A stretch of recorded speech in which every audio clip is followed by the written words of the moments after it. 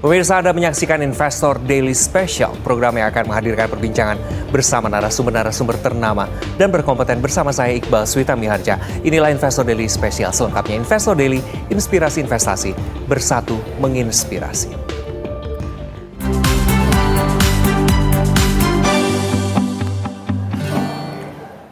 Pemirsa, Goldfinch International, perusahaan besar yang berfokus pada pengembangan ekosistem media dan hiburan global, menggandeng investor domestik untuk meluncurkan Goldfinch Indonesia. Melalui penetrasi pasar ini diharapkan dapat meningkatkan industri hiburan dan budaya Indonesia serta memperkuat jaringan ke pasar internasional dan juga membuka peluang baru dalam pembayaran dan pembiayaan dan produksi media global. Namun tentunya dalam menyasar pasar Indonesia, Goldfinch tidak lepas dari tantangan yang ada. Lalu, bagaimana langkah Goldfinch untuk dapat bersaing di salah satu pasar paling dinamis di Indonesia? Untuk mengetahuinya telah bersama kami Goldfinch COO Phil McKenzie. Hello, how are you? I'm good. Thank you so much for coming to the studio. My pleasure. So hopefully we have a great conversations here. So let's start the discussion. Phil, Goldfinch recently tapped into Indonesia's creative industry market by establishing Goldfinch Indonesia, right? So in a joint venture with Cinco Group and Goshen Group. What inspired Goldfinch to do this and to expand into Indonesia's creative economy sector?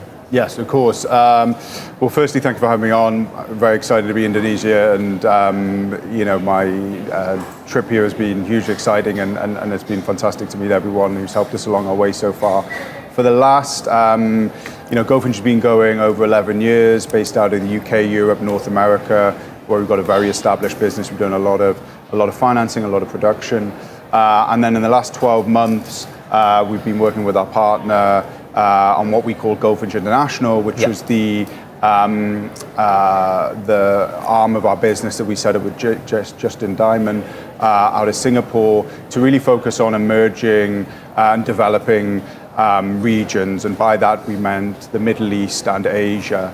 So for the last 12 months, we've been exploring building partnerships across those two areas of the world, which are obviously very interlinked geographically, culture-wise, religion-wise in some cases, and connecting with some fantastic people, partners, institutions at a very high level.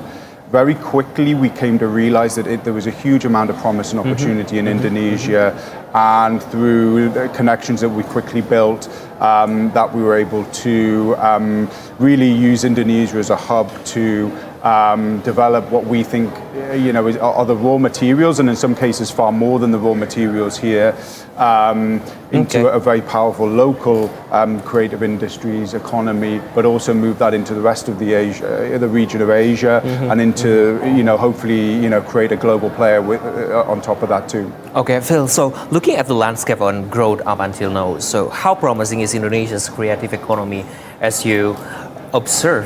Yeah, I think it's got huge potential. You see little flashes of possibility within there, and I think our job or our role in this is to facilitate, to enable, to support, to work as closely as we can with the government and the ministry to help them achieve their aims as well, but really to ensure that the creative economy becomes a driving force within the overall, Indonesian economy, and like I said, regionally, globally. But yeah, what that needs is an aligned strategy. It needs investment, and it just needs buy-in from the existing industry here and the international creative sectors as well. Looking to move into the region and into Indonesia too. So, like I said, hopefully we can be the facilitator and enabler with that, alongside the creative ministry. Okay, so as we know, this newly established joint venture aims to supercharge Indonesia's entertainment and cultural industries. How will you do that? For us, it comes down to probably three key areas. One is investment, and by investment we mean infrastructure investment into things like facilities, post-production, production companies, providing creative businesses with that little bit of capital to get going, or that growth capital to continue their trajectory, which across the world, creative businesses hit a ceiling very quickly. Okay. And there's a lack of capital globally probably to grow them into that next stage of their sort of growth journey. Second, it's talent development, and ensuring that the fantastic, young creators, Indonesian young creators, are upskilled in the right way and are given the right education and development pathway to see that there's a future within the creative sectors, and also show them there's a pathway through that too. And one of the very easy things alongside the educational sort of aspect of it, and the courses and the modules we can deliver is just actually giving them productions to work on. Just getting your hands dirty and getting involved in production is such a key part of anybody's development within film, TV, video games, any creative outlet. And I'd say the last bit is around production financing and IP. IP development, and ensuring that IP is world-class IP is created in Indonesia, but it is exported from Indonesia as well. And we've seen some fantastic examples in Asia and also around the rest of the world of countries really using IP in their creative sector and the output from that to drive influence and benefit, back to themselves and to establish themselves, on the kind of world stage. And again, I think there's huge opportunity for Indonesia to do that. So Phil, this is interesting when you mentioned about the IPs, local IPs, Indonesian local IPs. Are so many, we can explore everything, like from culture or maybe the local genius or something. Before expanding the business to Indonesia, of course you've been observing Indonesia. How do you see that's the progress, the trend through the years? Yeah, I think you can see it growing for sure. But as I said, you see flashes, but not, there's flashes. Need to combine into a bigger fire, to take the analogy one step further. And at the moment, they're just flashes. So, and then, there needs to be a sort of a broadening out from that as well. So, for example, Indonesia's horror, film production side is strong. But, how can we then take that same talent and move it into micro dramas, rom-coms, into TV drama series, into micro drama series?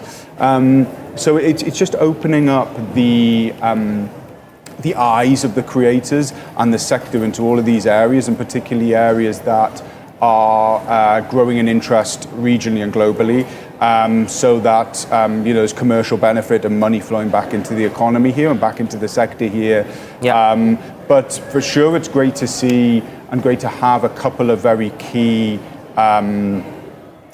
sort of USPs, that exist already that we can begin to build around for sure. Okay, so I still have many questions, especially about the financing, but after this one, Phil. Pemirsa, tetap bersama kami di Investor Daily Special. Kami akan segera kembali.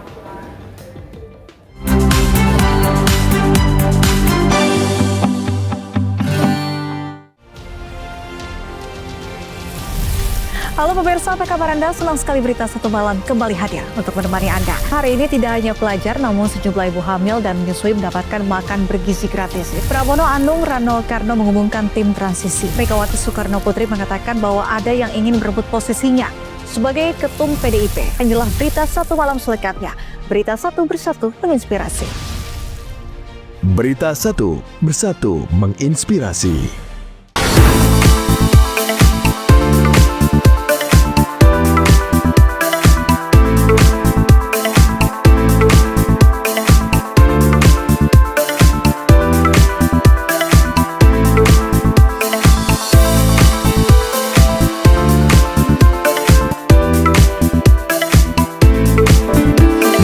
Satu Bersatu menginspirasi.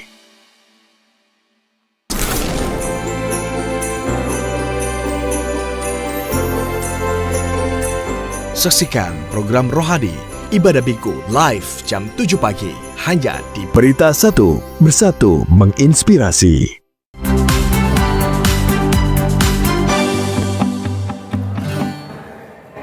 Pemirsa, terima kasih masih bersama kami di Investor Daily Special dan kita lanjutkan dialog bersama Phil McKenzie, Goldfinch CEO yang hadir di studio kami.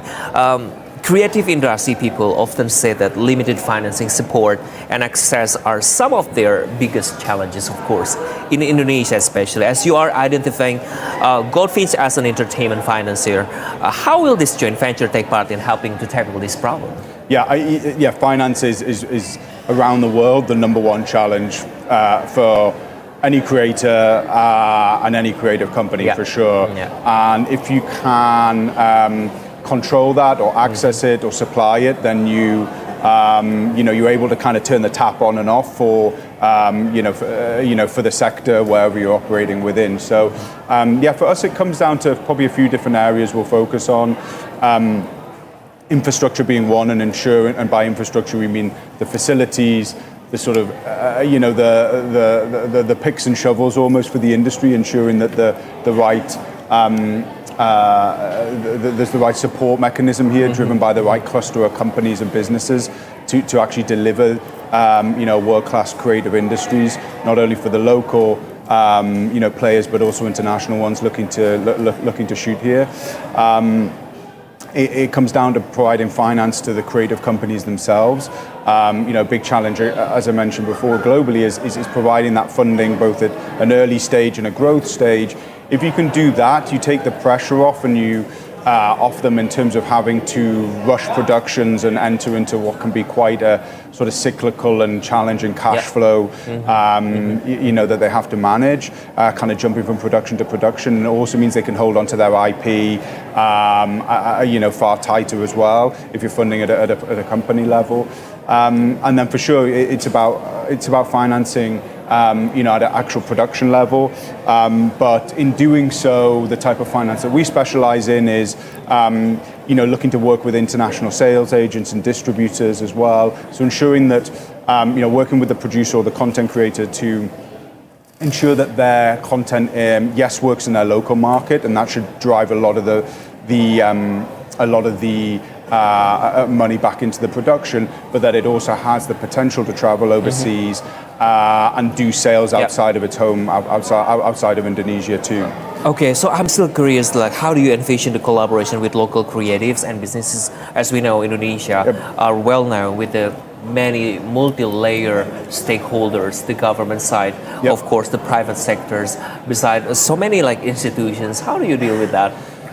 For sure, it's been a very quick learning process for us. Part of it has been working with a great partners at Cinco and at Goshen, who are who've been operating in this market for a very long time, and have great contacts and network, and without them this wouldn't be possible. So the partnership there is key. It's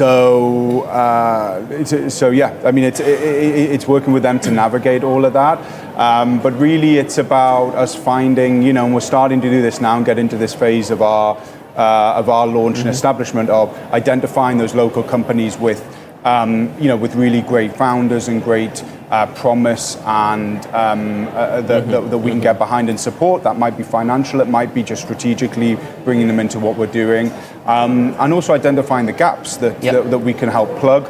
Now we can plug them by financing and funding new businesses here, bringing in joint ventures or partnerships from overseas, from world-class companies too, and really just starting to build, as I said, those business clusters that will help to deliver the best set of resources and I suppose production pipeline and IP pipeline across not just film, TV, video games, the general media and entertainment sort of landscape for the local Indonesian market, and as I keep saying, the regional and the wider market as well, whether that's industry sort of B2B or B2C and the audience side as well. Okay, so speaking of the launching of the Goldfinch Indonesia was also witnessed by our Minister of Creative Economy, Mr. Teguh Rifki Harsha. What kind of partnership that Goldfinch have in store with the Indonesian government already? Yeah, we're very lucky and we're very honoured to to have been granted the meeting yesterday and to have witnessed the signing of the MOU.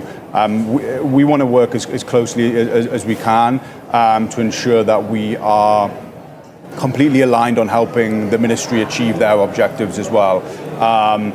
Where you've seen economies and creative sectors really flourish and become examples to the rest of the world of doing well is when you have a very aligned strategy between both the private and the public sector, and we're excited that we have an opportunity here to work closely with the ministry. That they've been very supportive in helping guide us on where they think we should be focusing our attention, and vice versa. We've been helpful to them. I like to think that in pointing out some places where we think the gaps are and we can help to support too. So it's absolutely got to be sort of hand in glove that we work together with one another. To help achieve one another, us to be a successful business and to enable a successful business, which will ultimately drive their policy, targets and KPIs and milestones they want to hit, not just within the creative sector, but a big part of this is how can we use the creative ministry and the creative sector to help drive interest and the KPIs within the tourism side, the culture side of Indonesia as well, which is a huge opportunity to do as well, and many good examples of that globally where it's worked as well, from this combination of the public-private working as closely as possible. What specific economic benefits do you anticipate Goldfinch Indonesia will bring to local creative economy? As we know, like Indonesia has so many special economic zone, which is also, boosting the creative economy each region. How do you see this? Yeah, for us, it's about generating more GDP, more economic benefit locally, but also bringing that in as well and importing, whether that's funding, whether it's companies, whether it's just revenue coming back into the company from overseas.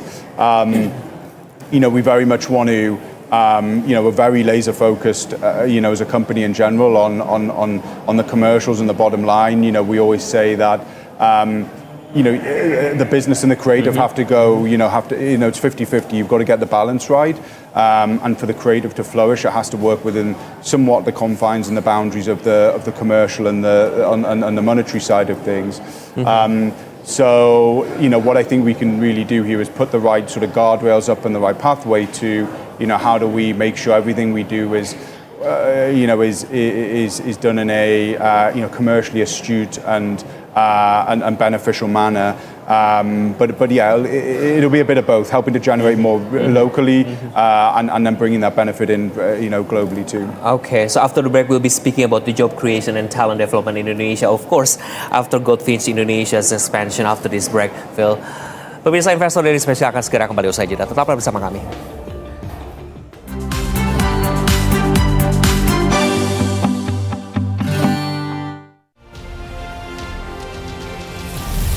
Halo pemirsa, apa kabar Anda? Senang sekali berita satu malam kembali hadir untuk menemani Anda. Hari ini tidak hanya pelajar, namun sejumlah ibu hamil dan menyusui mendapatkan makan bergizi gratis. Pramono Anung Rano Karno mengumumkan tim transisi. Megawati Soekarno Putri mengatakan bahwa ada yang ingin berebut posisinya sebagai ketum PDIP. Inilah berita satu malam selengkapnya. Berita satu bersatu menginspirasi. Berita satu bersatu menginspirasi. Bismillahirrahmanirrahim.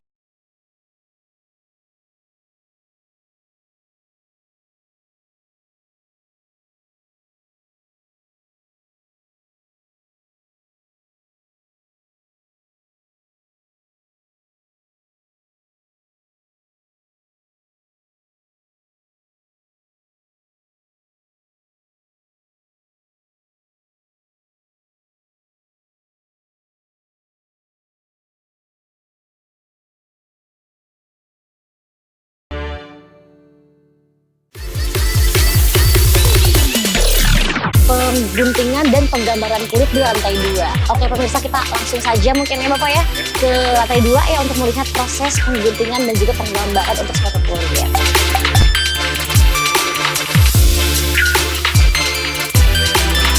Dan kira-kira apa alasan sepatu digandrungi oleh banyak orang? Simak yuk jawabannya di episode dari nol kali ini. Berita satu bersatu menginspirasi.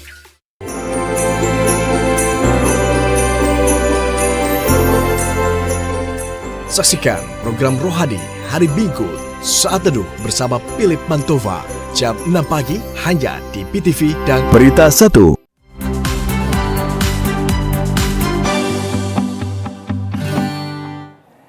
Pemirsa masih bersama kami di Investor Daily Special dan kita lanjutkan dialog yang menarik bersama dengan Phil McKenzie, Goldfinch COO di studio kami. How will Goldfinch Indonesia contribute to job creation and talent development in the region? Because as we know, human capital is also one of the issues that government need to boost. Yeah, I think there's a few points on this. One is developing more of that young talent that maybe are being pulled into different sectors and don't necessarily know that there's a pathway into the creative industries, or maybe aren't getting the right skills to move into jobs within the creative sector. I think as well, just bringing an increased focus on the potential within the creative sector and economy within Indonesia also makes it more attractive, and people see that, and have this ambition and this vision of moving, and moving into it and wanting to. And I think, improving the overall, growing the creative sector as well means, ultimately in a very simplistic fashion, there's more companies here, there's more jobs here.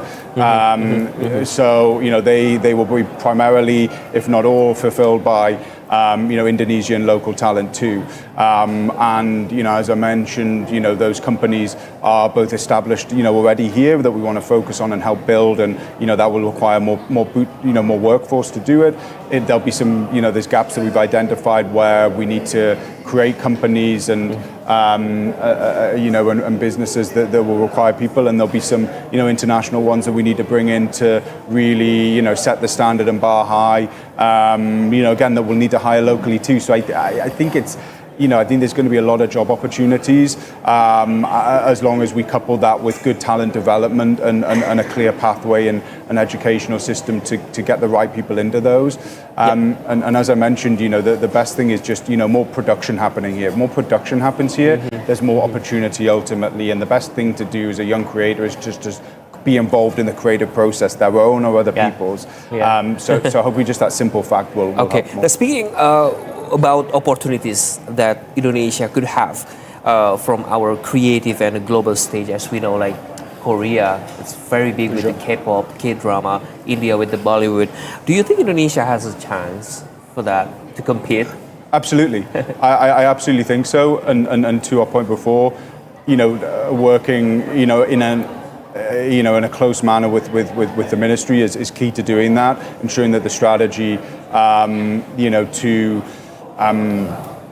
to generate and grow the sector locally, but how do we export that, and how do we export that and ensure there's the maximum amount of eyeballs on it, and in a growth strategy that is going to increase that over the next 5 to 10 years is really key. And I think there's a huge opportunity to do that, and also to put an increased light on all the other fantastic stuff that Indonesia has in terms of the culture, the tourism, and everything else, in this fantastic country. So content, which is at the end of the day just kind of marketing, gives you the vehicle to do that regionally and globally if we get this right. Okay, so what strategic infrastructure investment that are planned to support the growth in the creative economy here? Yeah, so we are focused on, where can we work with the SEZs, with the special economic zones, those sort of clusters and areas that have been identified already. We're just in the process of looking at those and seeing which ones make sense on a number of different levels.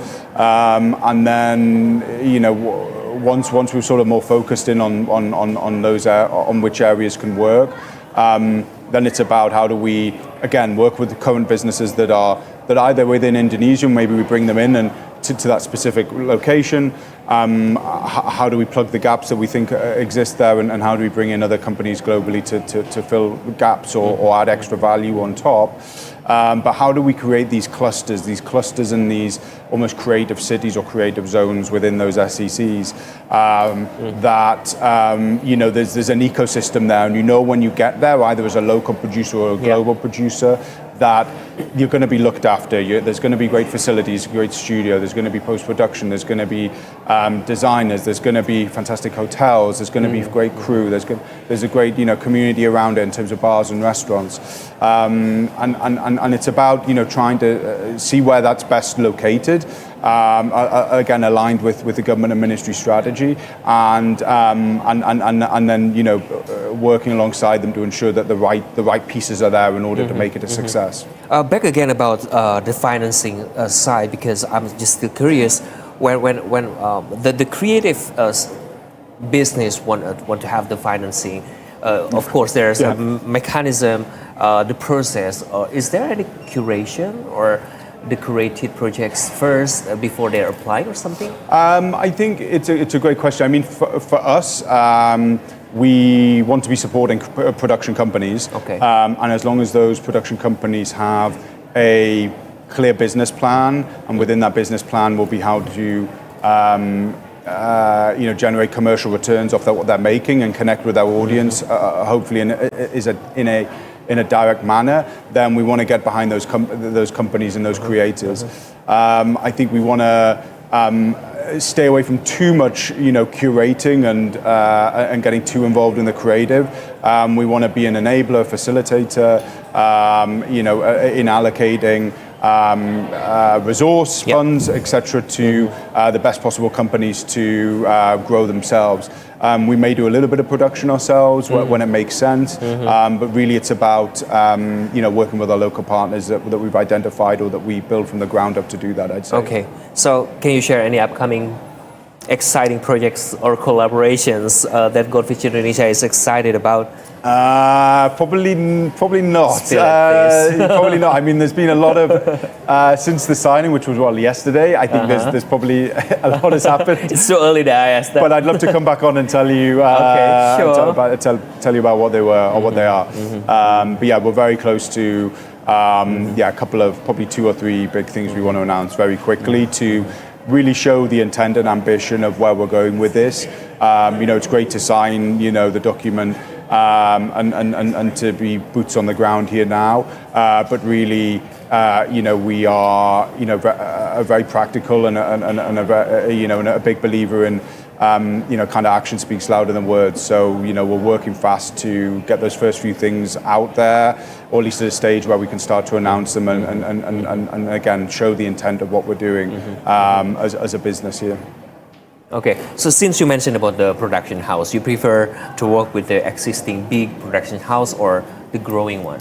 Yeah, that would be our preference. Like I said, we're still, there's still some IPs and some opportunity, and within our team, there is a producer, so we can take some of that on. But really, for this to be a success, it's about scale and it's about as much production as possible. So we don't want to be centralizing that within Goldfinch. So it's going to be various. We want to decentralize it. We want to have it with as many companies as possible, quality companies with good business plans, good founders, with a really innovative and exciting creative vision that we want to try and support. All right. Thank you so much, Phil, for answering all my questions and my curiosity. Good luck for Goldfinch Indonesia, and thank you so much for coming. No, thank you. Cheers. Dan pemirsa, demikian tadi perbincangan kami di program Investor dari spesial hari ini. Saya Iqbal Switami Hardi atas nama seluruh kru yang bertugas mengucapkan terima kasih atas kebersamaan Anda. Investor Daily, inspirasi investasi, bersatu menginspirasi. Sampai jumpa.